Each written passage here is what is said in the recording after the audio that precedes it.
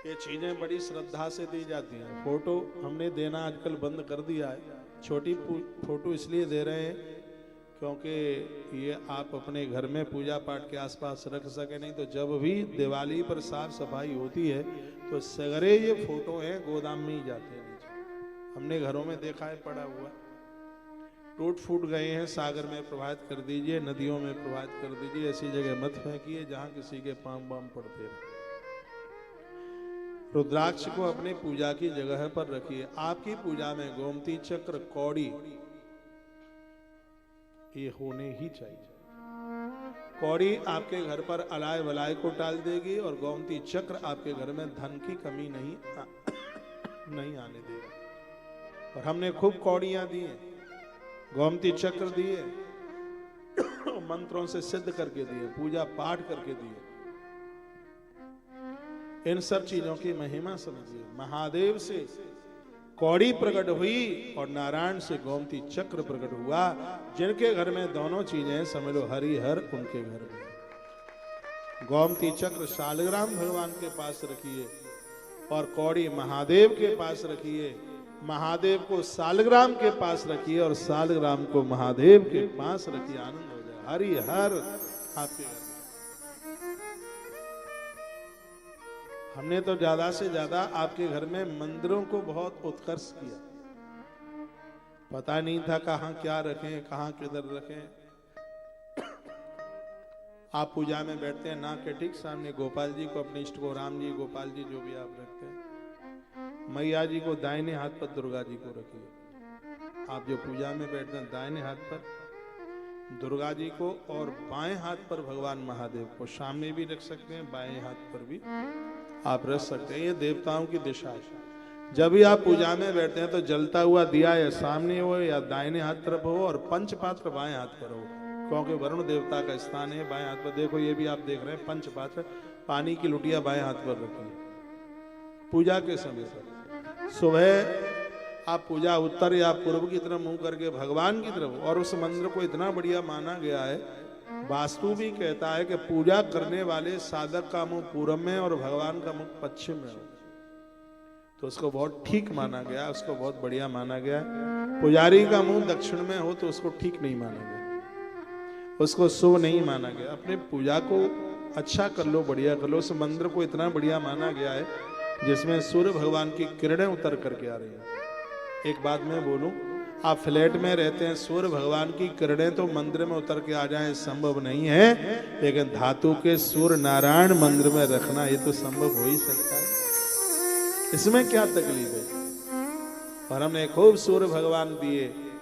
हाथ उठाओ, किनके घर में आए सूर्यदेव देख लो, हाथ उठाओ।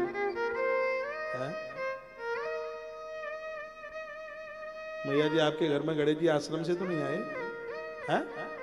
लगी रहे, अद्भुत है गणेश।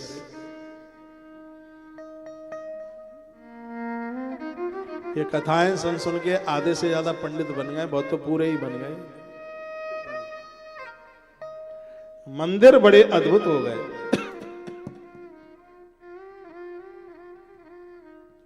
आज हम वहां गए थे, एक तो अनिल भाई यादव जी के यहाँ गए और एक और जगह गए, मुकेश बंसल जी के यहाँ। नीलम मैया के यहाँ गए। बैठी है कि चली गई है? नीलम चौबे आप बैठे। चलो ये आपकी भावनाएं, आपको लग रहा है कि महाराज के जुड़ने से हमारा इतना अच्छा हो गया है। हमें तो लग रहा है कि आपके जुड़ने से हमारी गौ माता मजबूत हो गई है। अपनी अपनी भावना, अपना अपना दृष्टिकोण। उनके घर में बोल रहे थे, महाराज जी ये मंदिर जो दिखाई दे रहा है ये सब आपकी कथा की देन है। हमें तो पता ही नहीं था क्या रखें क्या न रखें, इतना सुंदर मंदिर लग रहा है, ये सब कथा ने बढ़िया बना दिया है। तो कथाओं में तो आनंद है भैया। हाँ, घर बन गए हैं घर। और एक छोटी छोटी सी बातों के साथ में रोजाना कुछ न कुछ हम आपको बोल ही देते। कल एक बात बोल गया था मैं, यदि आपको ध्यान हो तो। आप ध्यान करते हैं कि नहीं आप जाने।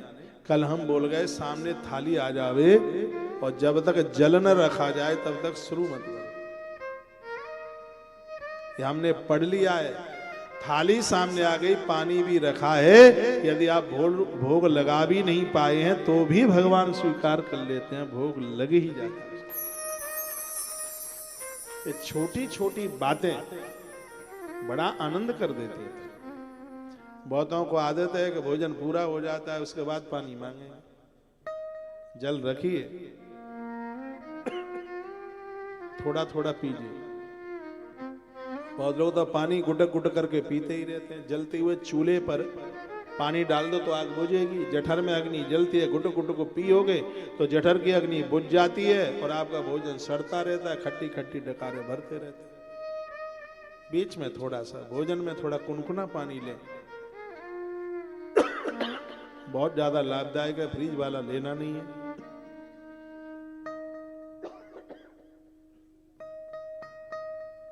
हमें तो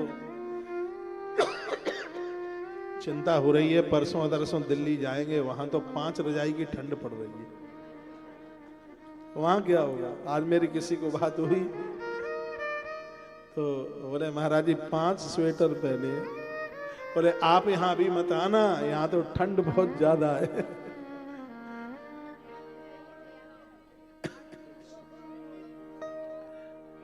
ये जितनी भी माताएं हैं वो सब, बेटी आती है ना जब पियर, ऐसी एक भी माता नहीं है जो नहीं कहती है बेटिया और रुक जा।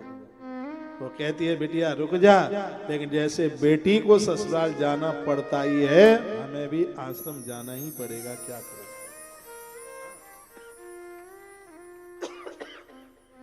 मन तो हमारा ही है, हमारा भी है। मन तो इतना है कि साल में कम से कम 3 महीना बंबई में रुके। हाँ, हृदय की भावना तो यही है। सर्दी गर्मी का कोई फर्क नहीं पड़ता। क्या फर्क पड़ेगा सर्दी गर्मी? अभी तक क्या सर्दी गर्मी झेलते नहीं रहे हैं।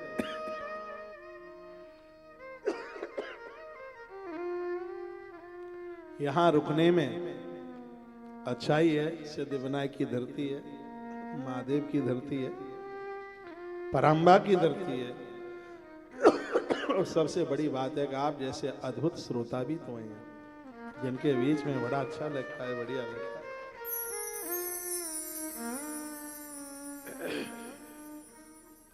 आपके मुंह में घी शक्कर का आप कह रहे हैं रुक जाइए, तो हो सकता है आने वाले समय में रुक ही जाए। थोड़ी जिम्मेवारियां हैं, जल्दी इनको पूरा कर दूं। तो संकल्प लिए बैठा हूं, भगवान की कृपा से जल्दी पूरा हो जाए। जो सोचा है वो हुआ है, ये भी हो जाएगा। जल्दी से मेरे एक लक्ष्य गाय का संकल्प पूरा हो जाए गौ माता का। संकल्प तो बहुत बड़ा है, लेकिन मेरा उत्साह भी छोटा नहीं, उत्साह मेरा बिलंदा उसके ऊपर बड़ा है।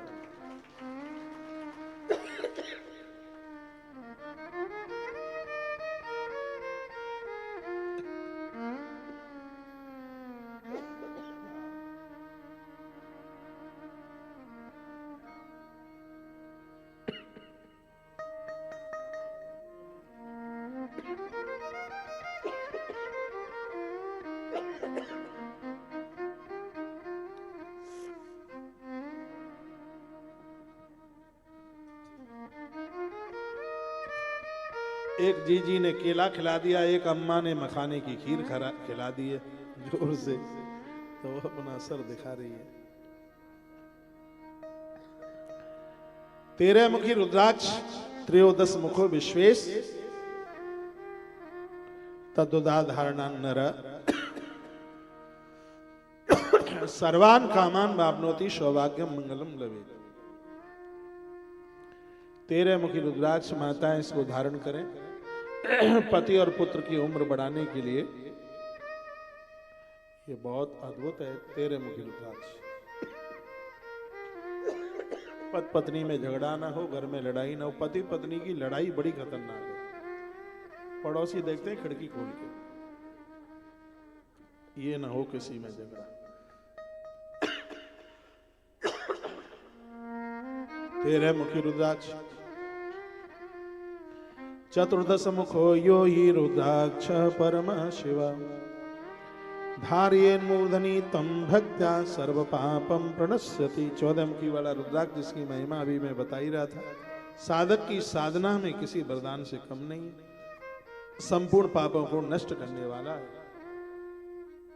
रुद्राक्ष ऐसे ही धारण मत कीजिए, एक मंत्र में लिखाई देता हूं, आप लिख लीजिए। कभी भी रुद्राक्ष धारण करना हो, आश्रम से जो आता है मंत्रों से अभिमंत्रित होता है, कभी आप बाजार से भी लेते हैं तो इसमें मंत्र है ओम ह्रीम नमः, ओम नमः, ओम क्लीम नमः। हाँ। ओम ह्रीम हुम नमः, ओम हुम नमः, ओम क्रोम क्षोम रोम नमः, और लास्ट में खाली एक है ओम नमः।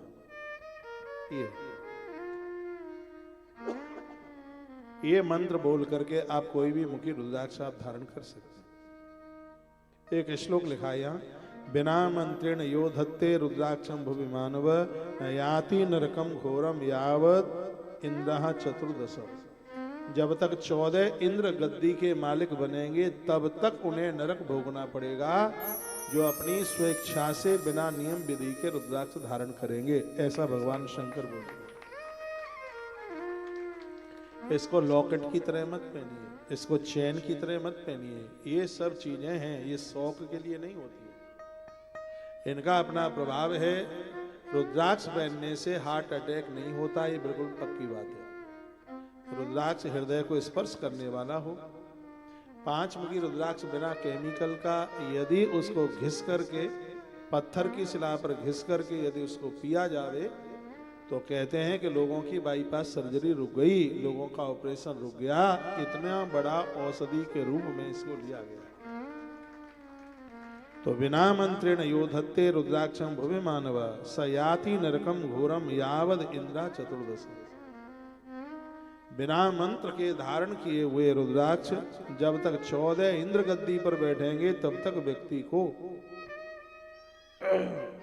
नरक भोगना पड़े, घोर नरक में जाता है। ये शंकर जी के शब्द। मैं आपको डरा नहीं रहा हूं। सगरे काम तुम ही कर लोगे तो फिर हम जैसे लोगों की जरूरत कहीं नहीं पड़ेगी क्या? फिर हम लोगों का क्या होगा फिर?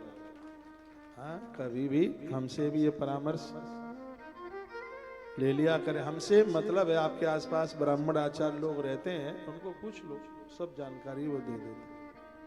आज तक तुलसी वन आश्रम ने जितना भी रुद्राक्ष दिया वो सब अब मंत्रों से अभिमंत्रित करते हैं। सब में रोली चंदन लगी हुई होती है, आप देखते हैं पूजा पाठ करके। रुद्राक्ष मालिनम दृष्ट्वा भूत प्रेत पिशाचका डाकनी साकनी चैवा ये चान्य द्रोह कारका।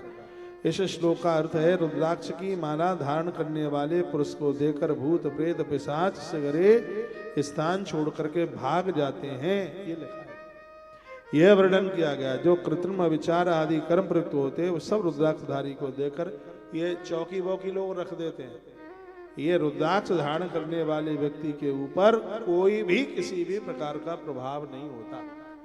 और रुद्राक्ष धारण करने वाले व्यक्ति के ऊपर, स्त्री पुरुष के ऊपर कौन कौन देवता प्रसन्न होते हैं वो एक श्लोक में लिखा है।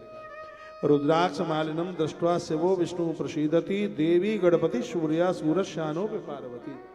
भगवान शंकर कहते हैं पार्वती जिसने रुद्राक्ष धारण किया है एक तो उसे देख के मैं प्रसन्न हो जाता हूँ। विष्णु और दुर्गा गणेश सूर्य और सगरे देवता उसके ऊपर प्रसन्न हो जाते हैं जो रुद्राक्ष धारण करते।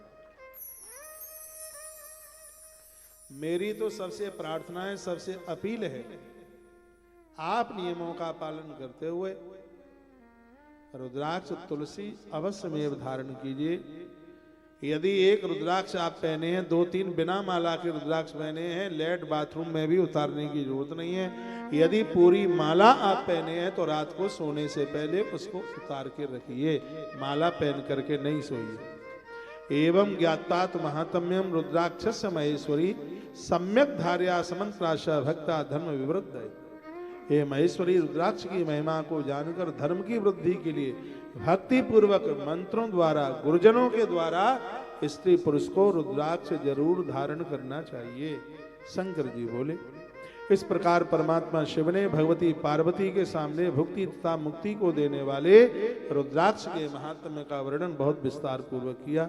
भस्म रुद्राक्ष धारण करने वाले मनुष्य भगवान शिव को अत्यंत प्रिय है। उनको धारण करने के प्रभाव से ही भुक्ति मुक्ति दोनों प्राप्त हो जाती हैं, इसमें किसी भी प्रकार का कोई संशय नहीं है। तद्धारणा प्रभाव आदि भुक्ति मुक्ति न संशय, आनंद हो जाए। ओम नमः शिवाय इस पंचाक्षर मंत्र का जब करता हुआ वह व्यक्ति रुद्राक्ष धारण कर ले, वह पूर्णता को प्राप्त होता है। बिना भस्म का त्रिपुंड धारण किए, बिना रुद्राक्ष माला लिए जो महादेव की पूजा करता है, उससे पूजित होने पर भी महादेव उसको फल की प्राप्ति नहीं देते। पूजितोस्मि महादेवो ना अभिष्ट फलदायक। आप कहते हैं लंबे समय से पूजा कर रहे हैं, कुछ मिला नहीं, तो यहाँ स्वयं कहा गया है कि महादेव के पुजारियों को चाहिए कि वो रुद्राक्ष धारण करते हुए, भस्म तिलक चंदन रोली धारण करते हुए फिर भगवान की पूजा करें। तत्सर्वम च समाख्यातम प्रश्न में मुनीश्वरा भस्म रुद्राक्ष महात्म्यम सर्व काम सिद्ध है। रुद्राक्ष का महात्म्य सुखनाय यह सर्व सुखम भुक्ता पुत्र पौत्रादि संयुतम। इस महात्म्य को जो भी कोई सुनेगा उसके पुत्र पौत्र सब आनंद में रहेंगे। लभेत परत सन्मोक्षम शिवस्याद प्रियो भवेत। अंत में व्यक्ति मोक्ष को प्राप्त होगा। यहाँ विद्येश्वर संहिता पूरी होती है, जिसको आज 7 दिन में पूरा किया जा रहा है। तो ऐसी 7 संहिताएं, तो 7 × 7 49 दिन में भी शिव पुराण पूरी नहीं हो सकती। अब जितना सुन लें, खूब कथा हो रही है भगवान की कृपा से। सर्वसिद्धि प्रदान नित्यम मुक्तदा शिव शासनात्। जो इस कथा को विद्येश्वर संहिता को सुनेंगे, आ गया भगवान शंकर कहते हैं कि मैं उन्हें उत्तम मुक्ति दे दूंगा, उनके जीवन में किसी भी प्रकार का कष्ट नहीं रहने दूंगा। यह इसकी बहुत बड़ी महिमा है। आइए अब हम शिव महापुराण की द्वितीय रुद्र संहिता में प्रवेश करते हैं, जिसका नाम सृष्टि खंड। ये पूरी चराचर दुनिया, पूरा जगत जिसने बनाया, उसका नाम भगवान महादेव। महादेव ने अपने आप को 3 रूपों में बांटा। भगवान महेश्वर ने अपनी छाती से एक शक्ति प्रकट करी, जिसका नाम था दुर्गा। दुर्गा और महादेव शक्ति और शक्तिमान आधे आधे स्वरूप में प्रकट हुए, और उस दिव्य स्वरूप का नाम आपने भी देखा होगा, सुना होगा, अर्धनारीश्वर भगवान का स्वरूप दिखाई दिया। और इसी से पूरी सृष्टि का निर्माण हुआ है। और इस रुद्र संहिता के सृष्टि खंड में भगवान के अर्धनारीश्वर स्वरूप का वर्णन किया गया, जिसमें आधे भाग में माँ भगवती है और आधे भाग में भगवान महादेव अर्धनारीश्वर स्वरूप है। इसी से ही 3 दिव्य पावर समझ लीजिएगा। कहते हैं कि भगवान महादेव ने माता जगदम्बा के दशमांग में अपनी शक्ति धारण की, और उससे एक देव प्रकट हुआ। उसने कहा मेरा नाम, भगवान ने कहा सर्वत्र तुम्हारी व्यापकता होगी, इसलिए लोग तुम्हें विष्णु के नाम से जानेंगे। और उन्हें आज हम भगवान विष्णु के नाम से जानते हैं। अनादि काल में भगवान महेश्वर से, भगवान शिव से भगवान विष्णु की प्राकटता सब पुराण के अंतर्गत बताई गई। तत्पश्चात दाई भुजा का मर्दन करते हुए और भगवान विष्णु के नाभि स्थान में उसको रखा गया। उसमें से एक सोने का कमल प्रकट हुआ, और उस कमल के ऊपर एक दिव्य देव प्रकट हुआ। उसने चारों दिशाओं में घूम घूम करके देखा, उसके 4 मुख प्रकट हो गए। उसने कहा मैं कौन हूं? जिसने अपने जानने की कोशिश करी, उसी समय आकाशवाणी हुई का तुम्हारा नाम ब्रह्मा होगा। उन्हें हम श्री ब्रह्मा जी के नाम से जानते। दोनों ने हाथ जोड़े, कहा हमारे लिए काम बताओ। भगवान ने ब्रह्मा को कहा सृजन, और नारायण को कहा कि पालन करो। भगवान विष्णु ने कहा तीसरी क्रिया रह गई, उद्धार कौन करेगा? तब ही भगवान स्वयं महादेव एक ब्रह्मा जी के भ्रकुटी से प्रकट हो गए, और उनका नाम हुआ रुद्रदेव। अहम विष्णुश्च रुद्रश्च गुण वेदान, उन्हीं का नाम रुद्रदेव हुआ। पूरी सृष्टि इन तीनों देवताओं के द्वारा चल रही है। एक सृजन कर रहा है, और एक पालन कर रहा है, और एक सबका उद्धार, एक सबका संहार। सूजी महाराज को सोनक्षी कहने लगे कि आनंद आ रहा है कथा में। कामाख्या कामदा अम्बा मृडानी सर्वमंगला, माँ भगवती के तमाम नामों का वर्णन किया गया है। तत्पश्चात यह कहा कि कैलाश भवनम रम्यम पंचवक्त्र चकार। भगवान को कैलाश कहां से मिला? चलो काशी में भगवान ने एक से अनेक बनने की कोशिश का संकल्प किया, और वह हुआ। लेकिन कैलाश इसको हिंदी में कैलाश कहते हैं और संस्कृत में इसको कैलाश कहते हैं। कैलाश, कैलाश। तो कैलाशे भवनम रम्यम पंचवक्त्र चकार। भगवान शिव कैलाश पर कैसे चल करके आए, इसके बारे में आप बता दीजिएगा। कहा गया है पूरे ब्रह्मांड का नाश हो सकता है लेकिन कैलाश का कभी नाश नहीं हो सकता। ऐसे श्लोक में लिखा है ब्रह्मांडस्य तथा नाशे तस् नाशो तस्तवै नहीं।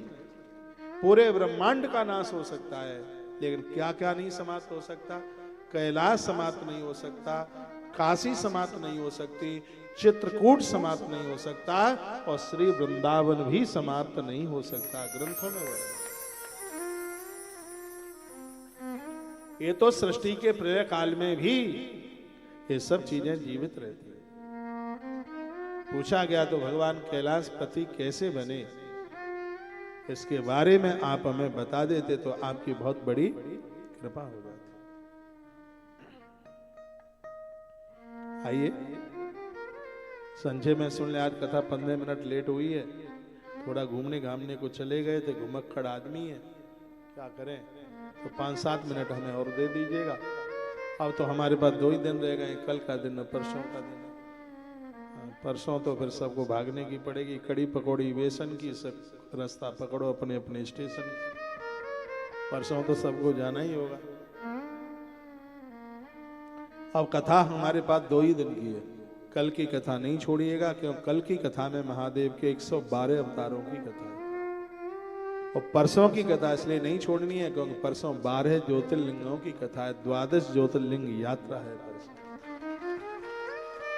कहते हैं कि जो भगवान शिव के अवतार और 12 ज्योतिर्लिंगों की कथा सुन ले उसे संपूर्ण महादेव के चरित्र सुनने का फल प्राप्त हो जाता है। और आनंद की बात है कि माघ के महीने में एक कथा सुनी जा रही है, तो इसका महात्म्य अपने आप में बहुत भारी है। जो भी काम निपटाने हो तो आज ही निपटा लेना। अपने सहेलियों को, आप अपने मित्रों को, सबको बोलिए कि कल की कथा बिल्कुल भी छोड़नी नहीं है।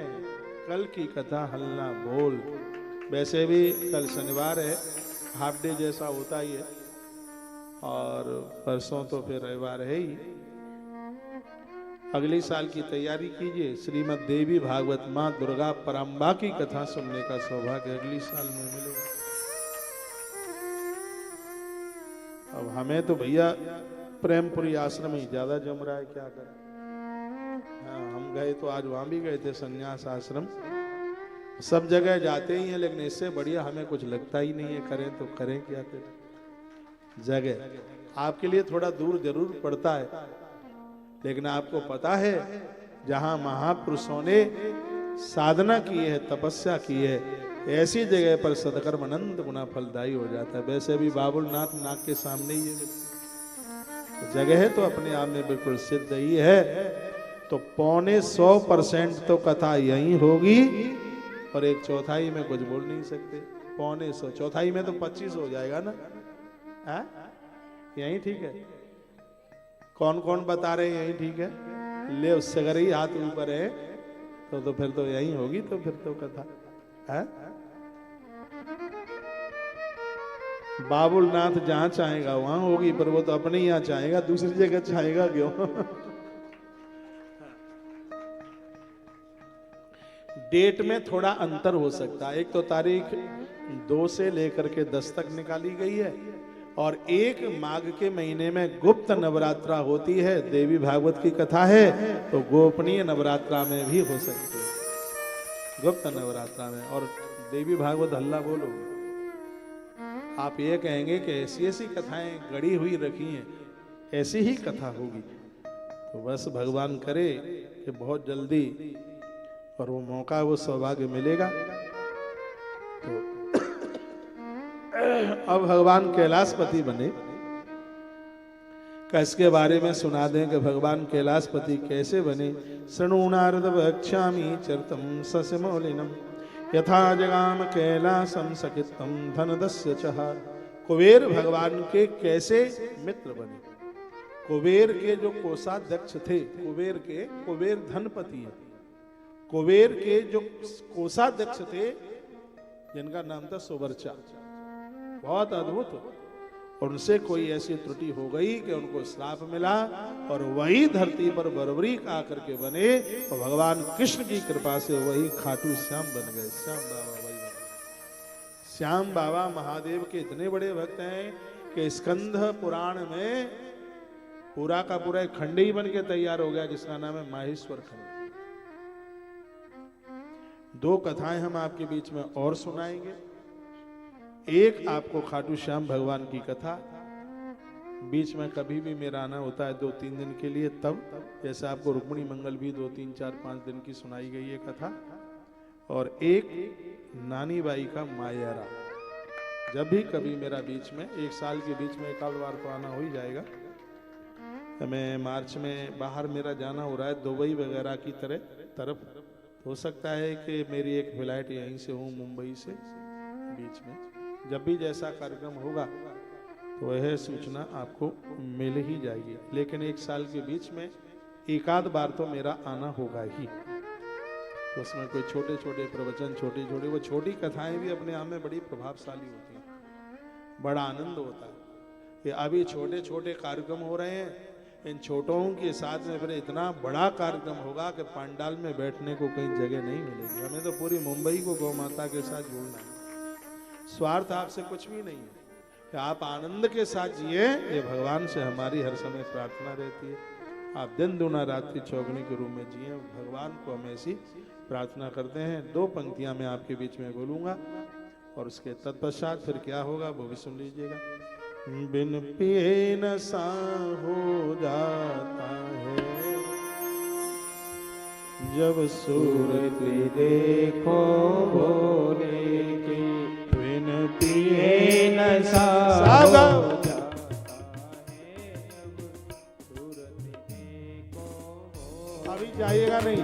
बिन पिए नशा हो जाता है जब सूरत देखो भोले की, जब सूरत देखो भोले की, जब सूरत देखो भोले की, बिन पिए नशा हो जाता है जब सूरत देखो भोले की, बिन पिए नशा हो जाता है जब सूरत देखो भोले की।